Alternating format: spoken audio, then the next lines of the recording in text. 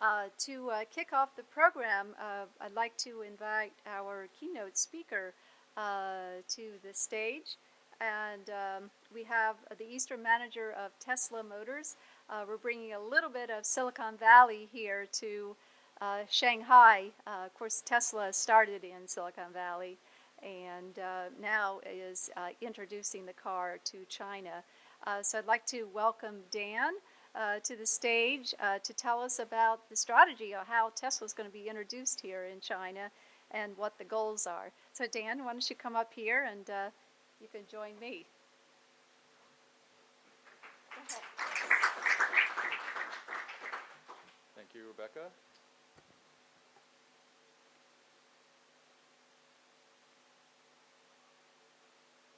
Are they going to switch the slides? Yeah. Okay, well, we've already been in China now for over a year. We started delivery of the cars in April. So we can start off, I find that generally in these types of events, people don't really want to hear me speak. They just want to hear me answer questions. So I'll move through this presentation pretty quickly. And then if you guys have any questions afterwards, feel free to ask. First is our mission statement. I don't know, it's not showing up on the screen, so I'll read it for you. It's Tesla's goal is to accelerate the world's transition to electric mobility with a full range of increasingly affordable electric cars. So there's a lot of information wrapped up in our mission statement. The most important one, most important word being the word world. Right now we're in the midst of a global crisis. The whole world is relying on non-renewable energy. Obviously this cannot last. So we're really looking at this from the global perspective. We really want to accelerate the entire world's adoption of electric cars. Now, you may have heard recently in the news that we actually open sourced, there it is, we open sourced our patents. This is actually something that we did as a result of the industry not really moving fast enough. The industry is going to move towards electric cars. The question of how fast that's going to happen depends on what the players in the industry are willing to do. So, we thought initially that as we came out with our cars and proved that the technology would work in the real world, that consumers would respond to it, that other automakers would also start making that transition. Unfortunately, we haven't been seeing enough progress in that regard, so we did decide to open up our patents to try to help encourage other automakers to make that move. Because, we're just one company. And the more people that are involved in this, the more innovation that's going to occur. And that's really what our mission is. So that's one of the more important things that we've done recently, in my opinion. Over here, you can kind of see what the response has been to Model S in the United States. We won quite a few awards in the first year. Notable ones would be the Powertrain Car of the Year. Powertrain is one of the more respected automotive publications in the U.S., and they do an annual award for Car of the Year. These are only new cars for that particular year, and in their 60 plus years of giving out this award, they've never had a unanimous winner. So ours was the first unanimous car, or unanimous choice. The second most important one would, I guess, be Consumer Reports. We actually got the highest score ever, 99 out of 100. And this is not just for any electric car, but any car, period, that they've ever tested. So these are some accomplishments that we're really proud of. Now, in the U.S. as well, we have some notable accomplishments. Our cars have driven more than 200 million real-world miles for our customers. 80% of our customers use Model S as their primary vehicle. Now, these are things we're trying to recreate in China as well. So we're really looking to replicate our American strategy in China. There are, market nuances, but for the most part, what people are looking for in a car, is the same around the world. It's something that needs to be reliable, something that they can be proud of. Cars are generally things that people reward themselves with after working very hard, so it has to be something that they really want. And I think these desires, these things are just universal around the world. Now, another thing you may have heard about, particularly here in China, is our fair pricing model. Unlike other automakers, we actually have flat pricing globally. So in China, the car is actually a little bit more expensive, but that's because there's certain things like import tariffs that we were forced to pay. But aside from that, the car is the same price around the world, no matter where you buy it.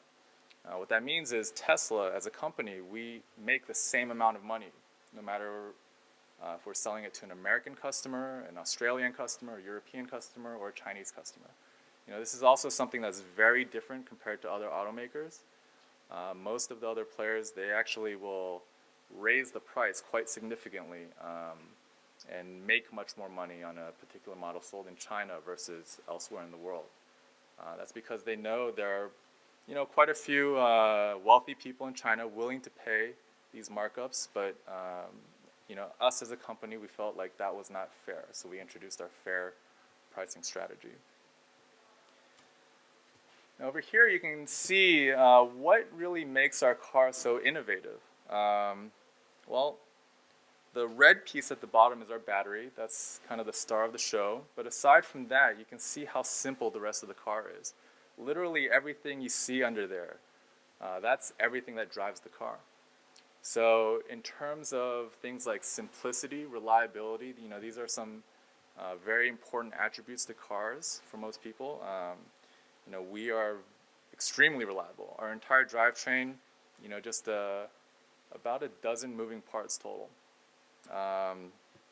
In terms of performance, you may have already seen some videos online, read some reviews. Being electric, the car is extremely responsive, much more so than a traditional gas-powered car. One of the unique trademarks of a electric motor is you have 100% of your torque at 0 RPM.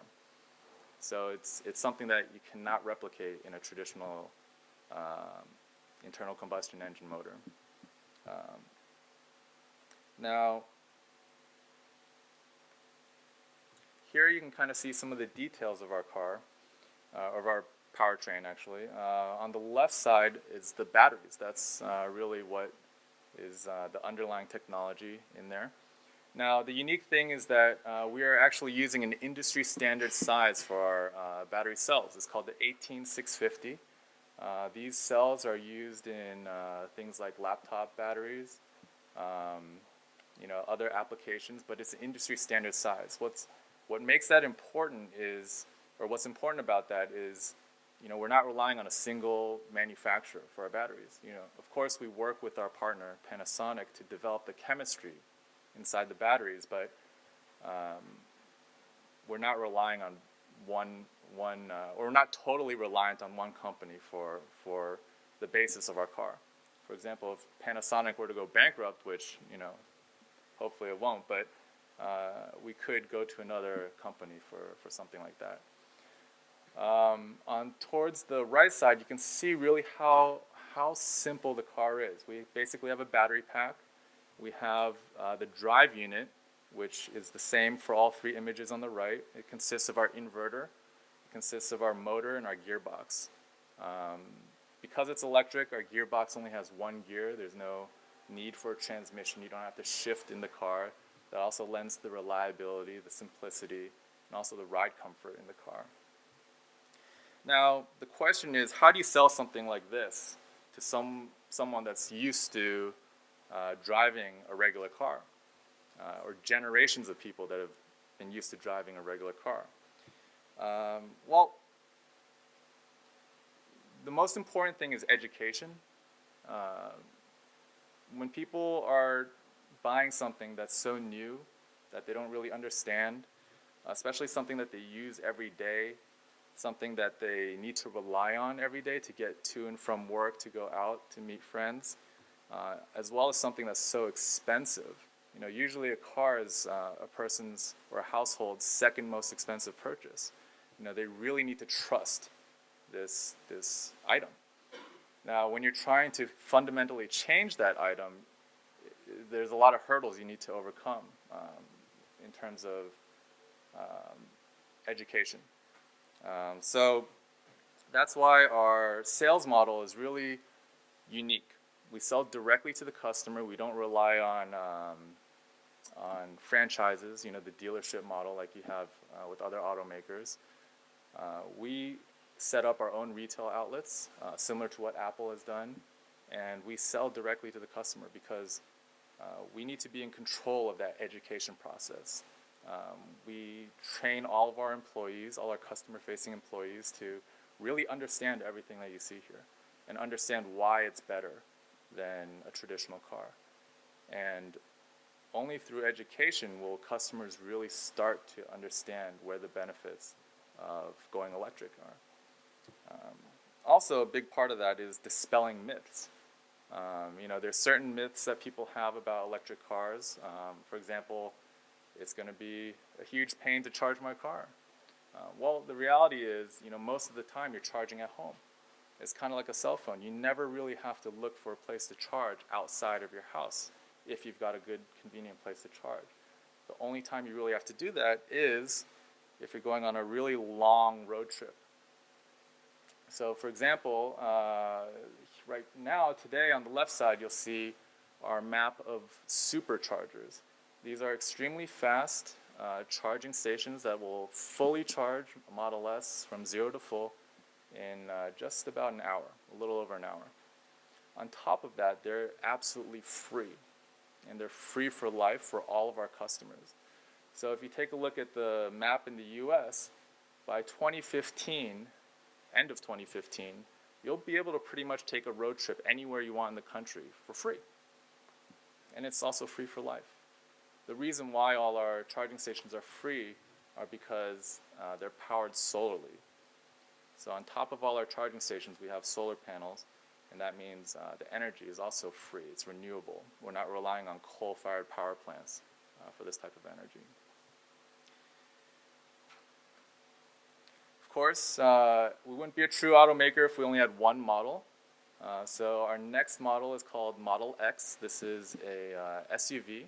It's also dual motor as opposed to Model S, which has a single motor in the back. And we're going to be breaking a lot of new ground with this vehicle as well. The doors are pretty unique. But this will enter the market in 2015. And that's it.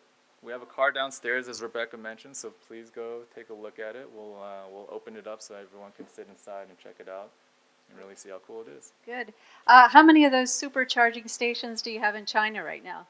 Right now, I don't know the exact number because it's actually changing daily. I think there are some right here at KIC, from what I understand. I know think there's 4 of them right here in Shanghai. Okay.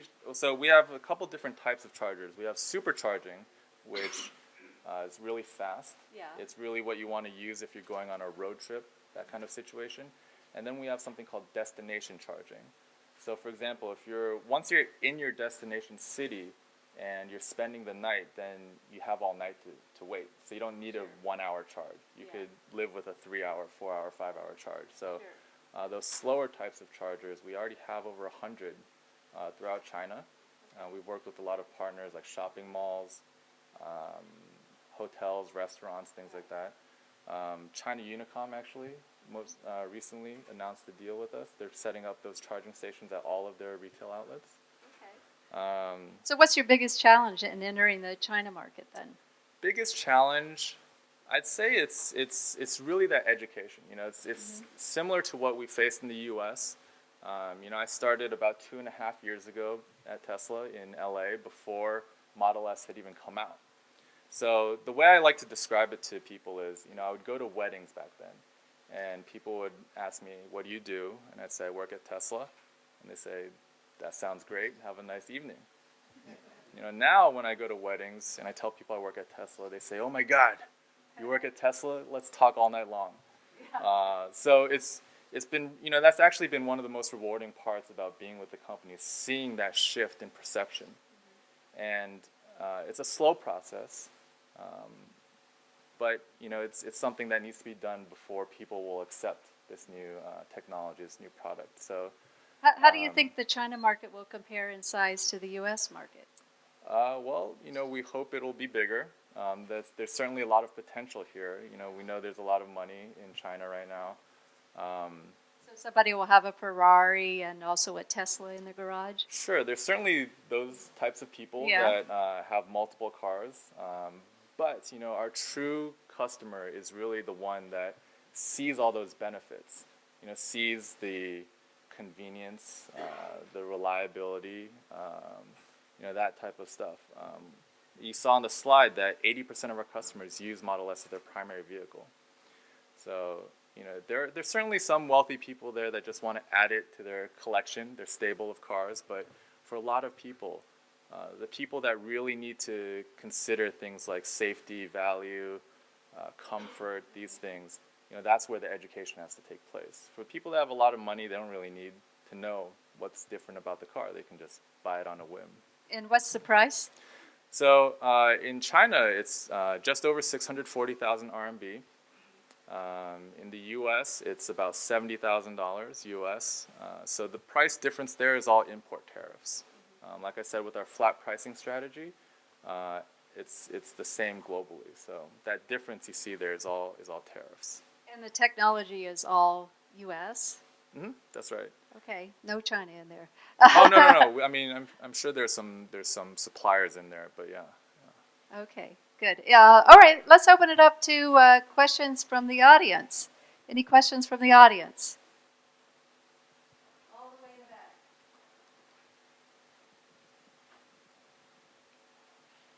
the back. Hi, thank you, Tony.